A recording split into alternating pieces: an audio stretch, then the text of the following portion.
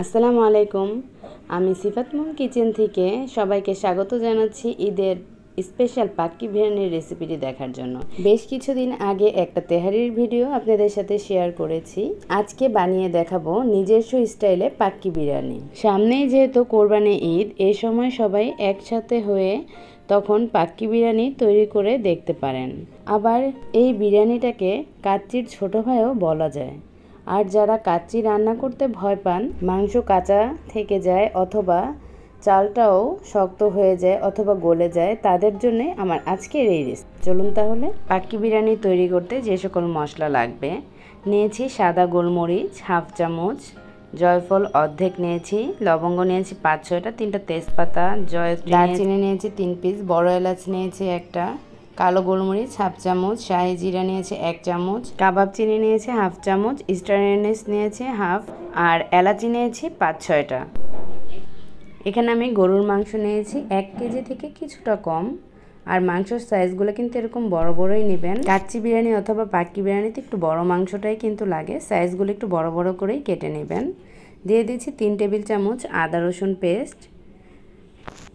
আর এখন দিয়ে দিব 3 টেবিল চামচ পেঁয়াজ পেস্ট। পেঁয়াজটা আমি ব্লেন্ডার করে নিয়েছি, চাইলে পাটাও বেটে নিতে পারেন। নিয়ে নিচ্ছি 1 টেবিল চামচ ধনিয়ার গুঁড়া, 1 টেবিল চামচ লাল মরিচের গুঁড়া, দিয়ে দিচ্ছি 1 টেবিল চামচ জিরার গুঁড়া, আর 1 চামচ গরম মশলা। এখানে নিয়েছি কাজু বাদাম আর পেস্তা বাদাম 2 টেবিল চামচ নিয়েছি, সেটা বেটে নিয়েছি জয়ফল আর জয়ত্রী আমি বেটে নিয়েছি এই দুইটা।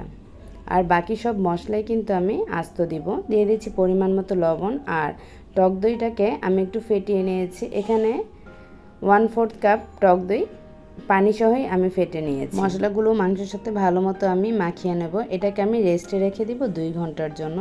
এতে করে মশলাটাও মাংসর ভিতরে যাবে, আর টক দইটা যে দিয়েছি এতে মাংসটাও সফট থাকবে আর খুব তাড়াতাড়ি হয়ে যাবে। এটা 2 ঘন্টার জন্য আমি রেস্টে রেখে দিচ্ছি ঢাকনা দিয়ে। এখন আমি চালটা ঠিক করতে যাচ্ছি। আমি আজকের এই পাক্কি বিরিয়ানিটা বাসমতি চাল দিয়ে তৈরি করব। এখানে আমি 2 কাপ বাসমতি চাল নিয়েছি, আমি পানিতে ভিজিয়ে রাখবো আধা ঘন্টা। তারপরে আলতো হাতে চালটাকে এভাবে কষলিয়ে নিতে হবে, আর এরপর একটা স্ট্রেনারে ঝরা দিয়ে নিতে হবে। আমি এখানে আলু নিয়েছি, আলুটাকে আমি লবণ আর ফুড কালার দিয়ে মেখে রেখে 10 মিনিট পরে ভেজে নেব। আমি এখানে হালকা একটু ফুড কালার দিয়ে নিলাম, এতে করে আলুর কালারটা দেখতে ভালো লাগবে। কাচ্চি বিরিয়ানি বলেন পাক্কি বিরিয়ানিতে এখানে আলুতে একটু কালার দিলে দেখতে ভালো লাগে। চুলায় একটা পাত্র বসিয়ে এর মধ্যে 1 কাপ তেল দিয়ে দিয়েছি। এই তেলটা দিয়ে আমি পাক্কি বিরিয়ানিটা তৈরি করব। আমি আগে আলুটা 50% ভেজে নিব। মিডিয়াম আঁচে আলুটাকে আমি ভেজে নিচ্ছি 50%। এই তো 50% ভাজা হয়ে গিয়েছে। যেহেতু এটা আমি দমে রাখবো তাই পুরা আলুটা আমি ভাজবো না। আর এর মধ্যে আমি যে পেঁয়াজ বেরেস্তাটা লাগবে সেই পেঁয়াজ বেরেস্তাটাও করে নিচ্ছি। এখন আমি আলুটা উঠিয়ে নিচ্ছি আর পেঁয়াজ বেরেস্তাটা হতে থাক। এখানে আমি হাফ কাপ পেঁয়াজ দিয়েছি। পাক্কি বিরিয়ানি কিন্তু আপনি এমনি নর্মাল পোলার চাল দিয়েও তৈরি করতে পারেন। এই তো পেঁয়াজ বেরেস্তাটা আমার করে নেওয়া হয়ে গেছে। পেঁয়াজ বেরেস্তা কিন্তু মিডিয়াম লো হিটে আপনি করে নেবেন। আর যেই মশলাগুলো আমি নিয়েছি সেই মশলাগুলো থেকে জয়ফল আর জয়ত্রীটা উঠিয়ে নিয়েছি, বাকি সব মশলাই এর মধ্যে দিয়ে দিয়েছি। আর এখন আমি এর মধ্যে হাফ কাপ পেঁয়াজ কুচি দিয়ে দিচ্ছি। এই পেঁয়াজ কুচিটার কালার যখন হালকা একটু ব্রাউন কালার হয়ে আসবে সে পর্যায়ে আমি এর মধ্যে যেই মাংসটা ম্যারিনেট করে রেখেছিলাম সেই মাংসগুলো সব দিয়ে দিব। আমি 2 ঘন্টা কিন্তু মাংসটাকে ম্যারিনেট করে রেখেছিলাম। আর আপনি চাইলে সারা রাতও ম্যারিনেট করে রাখতে পারেন। আর 2 ঘন্টাও আপনি পাক্কি বিরিয়ানি তৈরি করে নিতে পারবেন। যে কোনো বিরিয়ানি আপনি তৈরি করে নিতে পারবেন। আমি এখন স্প্যাচুলার মাধ্যমে নেড়ে চেড়ে দিলাম। আর বাটির মধ্যে যে মশলাটা লেগেছিল 1/3 কাপ পানি দিয়ে সেই পানিটা দিয়ে দিলাম বাটিটা ধুয়ে। আর এখন একটু নেড়ে চেড়ে দিচ্ছি। চুলার আঁচটা কিন্তু আমি এখন মিডিয়াম লোতে করে দিব। এখন ঢাকনা দিয়ে দিব। আর কালারটা কিন্তু খুবই সুন্দর এসেছে, দেখেই বুঝতে পারছেন। আমি প্রায় 15 মিনিট পরে ফিরে আসছি। দেখেন কতটা পানি উঠেছে মাংস থেকে। আমি এর মধ্যে আর পানি দিব না, এই পানি দিয়েই মাংসটা তৈরি হয়ে যাবে। এখানে আমি হাফ কাপ দুধ নিয়েছি, তার মধ্যে 2 টেবিল চামচ ঘি দিয়েছি, আর 1/4 টিস্পুন আমি ফুড কালার দিয়েছি। এটা হচ্ছে আমি পাক্কি বিরিয়ানিটা যখন তৈরি করব তার উপরে দিব। এটা এক সাইড করে রাখলাম। এই তো মাংসটা কিন্তু আমার এখন কিছুক্ষণ পরপরই নেড়ে চেড়ে দিতে হবে। মাংসটা কিন্তু আমার প্রায়ই হয়ে আসছে। আর মাংস রান্না করতে গেলে তো যখন ঝোলটা কমে আসবে সে পর্যায়ে কিন্তু বারবারই নেড়ে চেড়ে দিবেন। আমি এর মধ্যে 1 চামচ চিনি দিয়ে দিয়েছি। চিনিটা দিলে এটার টেস্টটা একবারে ঠিকঠাক হবে। প্রথমে মনে হবে যে লবণ ঝাল কোনোটাই ভালো আসছে না, অবশ্যই কিন্তু চিনিটা আপনি এই পর্যায়ে দিবেন। যখন ঝোলটা একবারেই নাই হয়ে যাবে সে পর্যায়ে আলুগুলো এর মধ্যে বিছিয়ে দিবেন। আর আমি এর মধ্যে কাঁচামরিচ দিয়ে দিচ্ছি 5টা, দিয়ে দিচ্ছি যে পেঁয়াজ বেরেস্তাটা আমি ভেজে নিয়েছিলাম সেটা। চুলাটা কিন্তু আমার লোতে করে দেওয়া আছে, দেখেই বুঝতে পারছেন। আর দিয়ে দিচ্ছি কিশমিশ, প্রায় 1 টেবিল চামচের বেশি। এটা এখন এক সাইড করে আমি আরেকটা চুলায় রেখে দিব।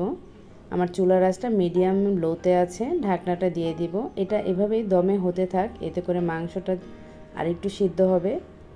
আর একটা আমি ফুটাটা আটকানোর জন্য একটা লবঙ্গ দিয়ে দিলাম, এর ভিতর থেকে যেন কোনো ভাব না আসে। আর এক সাইডে আমি এখন পর্যাপ্ত পরিমাণ পানি নিয়ে নিয়েছি, চালটা সিদ্ধ করে নেব। এর মধ্যে শাহি জিরা দিয়েছি 1 চামচ, আর বেশ কিছুটা লবণ দিয়ে দিয়েছি, 1 টেবিল চামচ রান্নার তেল দিয়েছি। লবণটা এরকম দিবেন যে অনেক লবণ হয়েছে এরকম হবে পানিটা। বাসমতি চালগুলো অবশ্যই স্ট্রেনারে ঝরিয়ে নেবেন। এখন স্পেচারে নেড়ে চেড়ে দিচ্ছি। চালটা দেওয়ার পরে কিন্তু অবশ্যই নেড়ে চেড়ে দিতে হবে, তা না হলে জমাট বেঁধে যাবে। এই তো চালটা প্রায় বয়েল হয়ে আসছে। এটা কিন্তু ঘড়ি ধরে 5.5 সিদ্ধ করে নেব। যদি কাচ্চি তৈরি করেন সেক্ষেত্রে 4.5 মিনিট করবেন। এই তো চুলাটা নিভিয়ে দিয়েছি। এখন আমি এটাকে চালনি দিয়ে চেলে নিচ্ছি। এর মধ্যে কোনো পানি থাকা চলবে না, এরকম চেলে তারপরে মাংসটা যে পাত্রে আছে সেটার মধ্যে আমি দমে বসিয়ে দিব। এই তো দেখে বুঝতেই পারছেন, আমি কিন্তু এই পাত্রটার নিচে কিন্তু একটা তাওয়া দিয়ে দিয়েছিলাম, সেই কথাটা বলতে ভুলে গিয়েছি। অবশ্যই কিন্তু তাওয়ার নিচেই এটা দিবেন। আর যেই পাত্রটাতে আপনি মাংস তৈরি করবেন সেই পাত্রটা যেন বড় হয়, যাতে করে একবারেই বসিয়ে দিতে পারেন। আর চালগুলো দেওয়ার পরে তারপরে এরকম একটু লেপে দিবেন। তারপরে এই যে কালারটা আমি করে রেখেছিলাম দুধের সাথে সেটা দিয়ে দিলাম। আর এখন আমি দিয়ে দিচ্ছি গোলাপ জল, এখানে 1 চামচ গোলাপ জল দিয়ে দিব। আর দিয়ে দিব 1 চামচ কেওড়া জল, এতে করে খুব সুন্দর একটা ঘ্রাণ আসবে।